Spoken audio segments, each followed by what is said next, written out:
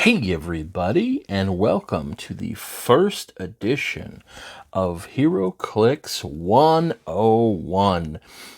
This is a new video series that I hope to use to kind of go into detail about some elements of Heroclix to help new and existing players. But we are, as you'll see in this first video, it's definitely aimed at newer players who don't have all of the assumed knowledge that some of us more veteran players have. So this first video is actually the anatomy of a Heroclix figure.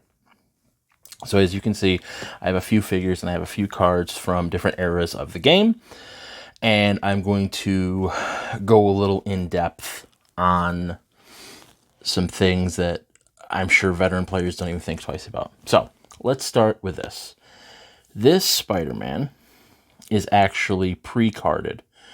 Now what that means is this figure does not have a card at all. Does not come with a card. Never had a card. So if you get it, don't worry. It's complete as is. If you look, you can see that he has a yellow ring. That is on older figures. So basically any figure you see that has a colored ring like this, besides silver, which we'll get to, or green, is a pre-carded figure. If it's yellow, blue, or red, the actual colored ring right here, it's pre-carded, doesn't have a card. We'll actually use this as a perfect example. Can we get close? Will it focus? Probably not, because I focused on Larfleeze. So if you just look here, you have the little number sign, 058. That is the collector number. That is what set number in Sinister, set symbol right there. It is. That's for collector's purposes.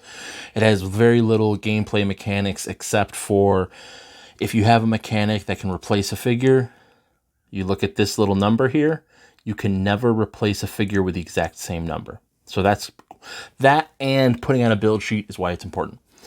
You have the number next to the set symbol.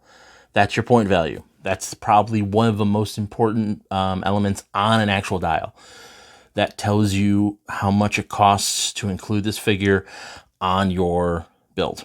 So that's the one you're going to look at a lot. Then you have the team symbol. If a character has a team symbol, not all characters have team symbols. In fact, our boy Larfleeze here does not. But it's on the back of, unless they change something in the future. For 20 years, it's been right here on the back of the base. Sometimes there's two symbols here.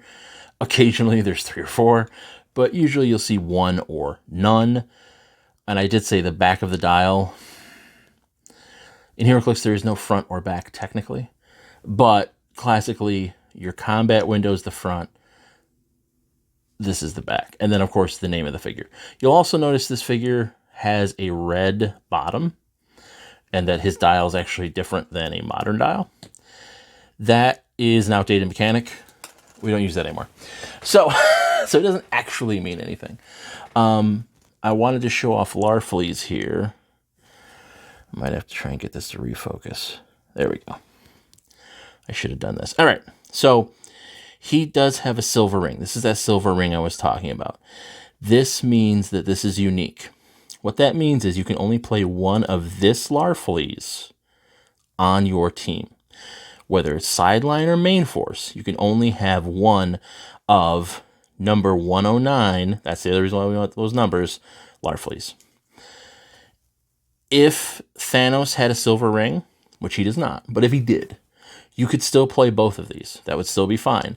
You just can't have more than one copy of this specific one. I should have grabbed a prime. Primes have a green ring, so it's just like this, but it's green. That means there's only one of those that can be played on your force, period. So if these both had green rings, you could not play them both on your team, sideline or starting force. You could only have one. A lot of this info is in the rulebook. I'm just trying to go a little more visually. These symbols are your combat symbols, as well as that burst. There we go. That burst right there. The lightning bolt there is a target. The number of targets is the number of Targets you can use during attacks, close or range.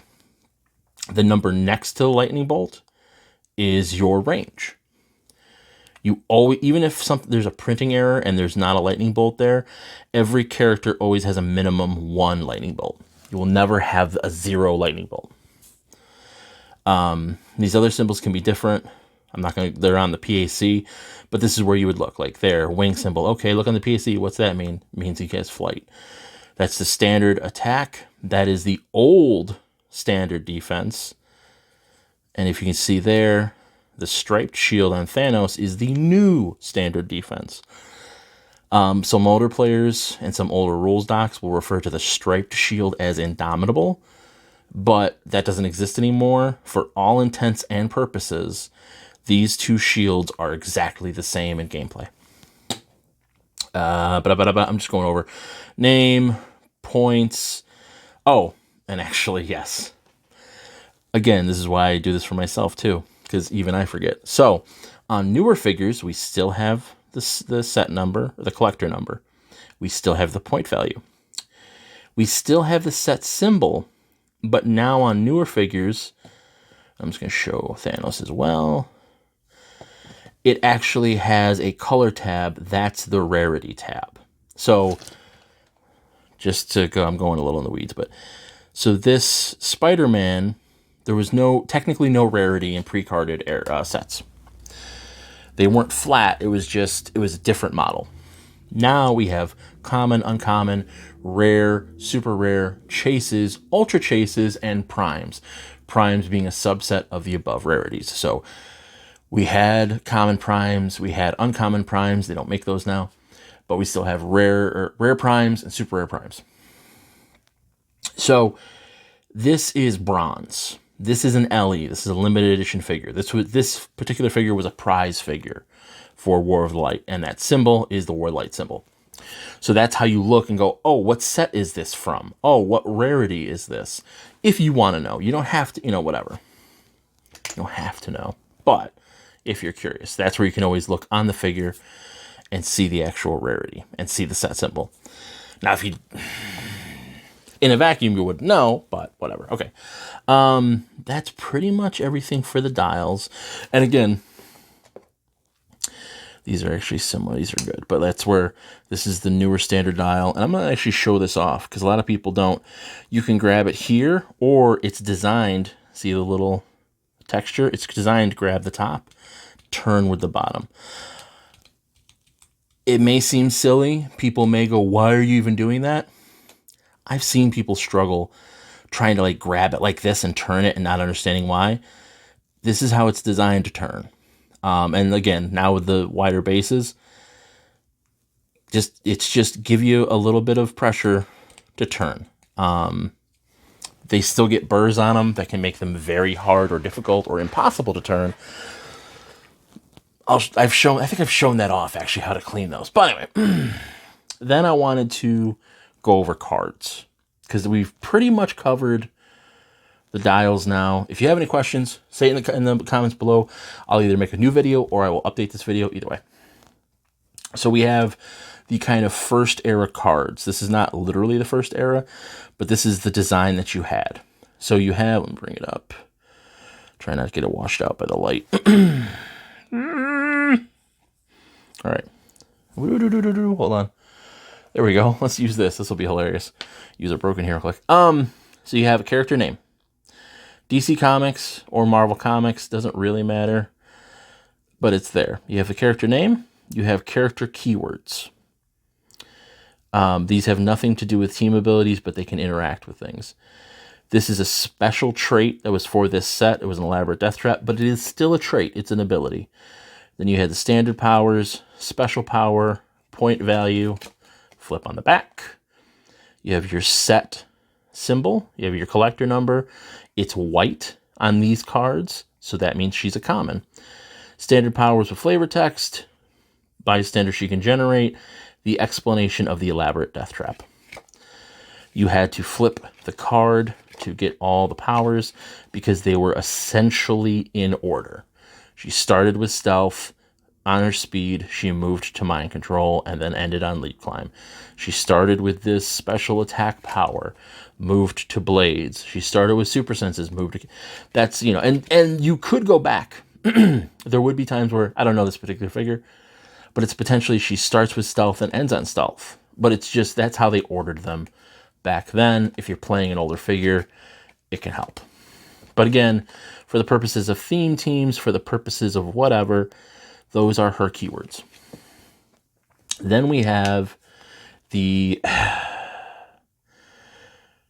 black top era, the Silver Age era of cards.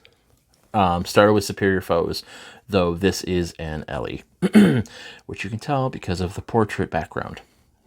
Not easy to tell, but... And this was actually a monthly OP kit. So that's why it's M17. It was Marvel in 2017. It was the 17th figure released for the monthly OP kits. Again, and the set symbol, WizKids. You have the character name, Speed Demon. You have the keywords, Sinister Syndicate, Thunderbolts, Speedster. You'll notice this keyword is in italics and is not in alphabetical order. That is what used to be known as a generic keyword. In the rules currently, there is no difference between a named keyword like Sinister Syndicate and a generic keyword like Speedster. They're just all keywords. But if you look on older cards, that's why. There's actually an update on the Win that clarifies that there is really there's no difference between a generic and named theme team, but some older effects may draw attention to that. You have the character's real name, which has no game effect, but it's there. You have the improved, so the cross here, which can look like an X on the actual base. I'll slide him in. See how it's cross if you do it like that, but you know, the way you're normally going to look at it looks like an X. But it is a cross, a plus sign. That means you have improved something, improved movement or improved targeting. This is movement because you have the little person running. So it's improved movement, green, hindering. That doesn't matter anymore. That's no longer part of the game. Every character can move through hindering without being hindered. But if this was a bullseye, I don't have anything nearby, that would be improved targeting, hindering. That does still exist in the game. But again, this is where you look at it on older cards. You look around the character symbol for improved. Has a trait, that goes first, and again, standard powers with flavor text. Then you flip the card over, and there's the character dial. Along with significant appearance, a comic cover, a team ability, and a point value. That is, again, so, and I'll go over this real quick, actually. Traits, character can always use traits. Unlike special powers that have to be showing on the dial, the trait is considered to just always be can use. There's that. And then we come to modern cards, the newest iteration. I don't know what to call these yet. So we have, again, up in the corner here, you have the set symbol, is the little Spidey jumping man. You have the collector number, 052. You have this kind of yellow gold here. Different, I'll put them side by side. Different than LEs or chases. LEs and chases can be a little too close. So that's a super rare. Again, like I said, it's all in the rule book. So don't feel like you have to pause the video to get exactly what I'm saying. You can go into the comprehensive rule book. This is all in there. I'm just trying to give people that help visually. Name, Venom Thanos. I'm going to touch on this real quick. There are effects that look for a character's name. It always means this. And it's, to illustrate it more, it's what's on the base. This character's name is Venom Thanos. His name's not Venom. His name's not Thanos. His name, that specific figure's name is Venom Thanos. You have team ability right next to here. This may get changed because a lot of us don't like it and have suggested it get moved. But for now, it's right by the name. That's the cosmic energy symbol. Under the name, you still have keywords. As you can see, they are all in italics now. Again, there should be no difference between generic and named. Right now, they're still splitting them. So we have named keyword, meaning like, so here, I'll use this example, cosmic. That's generic. That's not specific. That's just a generic term. A cosmic, a deity, a monster, a ruler. Ironically, symbiote is a named keyword because that's specific to Marvel. Minions of Thanos, specific not just to Marvel, but to Thanos. Black Order. So that's what the difference between named and generic, basically. Generic are keywords that typically will cross over between Marvel, DC, and other licenses. But like, you're not going to, most of the time, get symbiote in a DC set because they don't have symbiotes.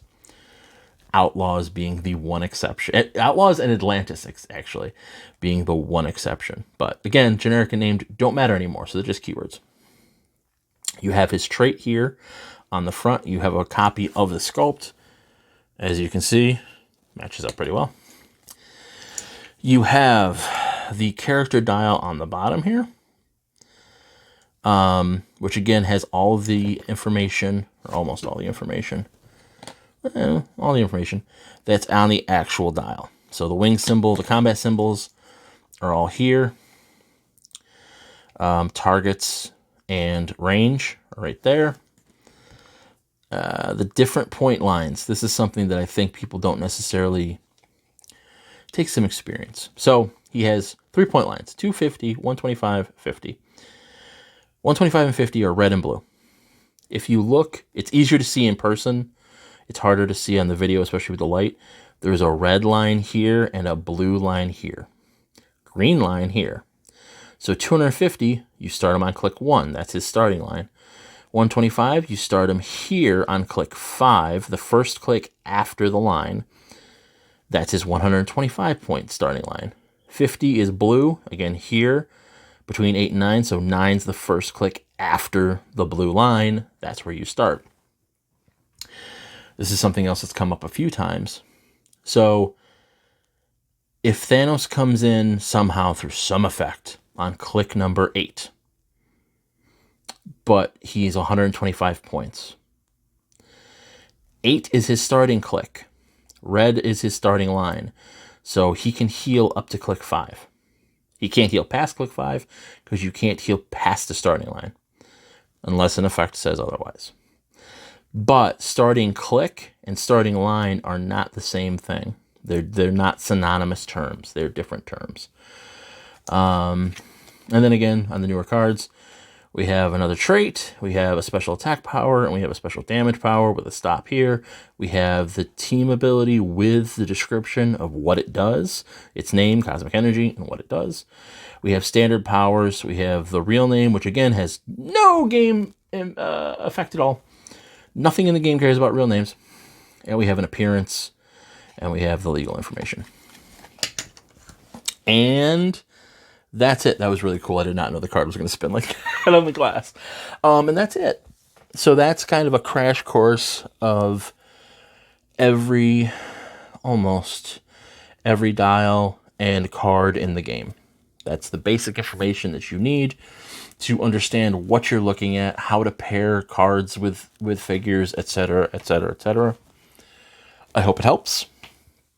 Again, I am planning on doing more videos that are going to go into some of the minutia and explain a lot of this stuff. So if you think that's good, if you like that, give it a like. Give me a comment saying, hey, good job. Or dare I say, go to ClixNexus.com and click around, and you can support the site monetarily. Or you can go to patreon.com/ClixNexus, throw us a couple bucks, and say, hey, thanks for doing those videos.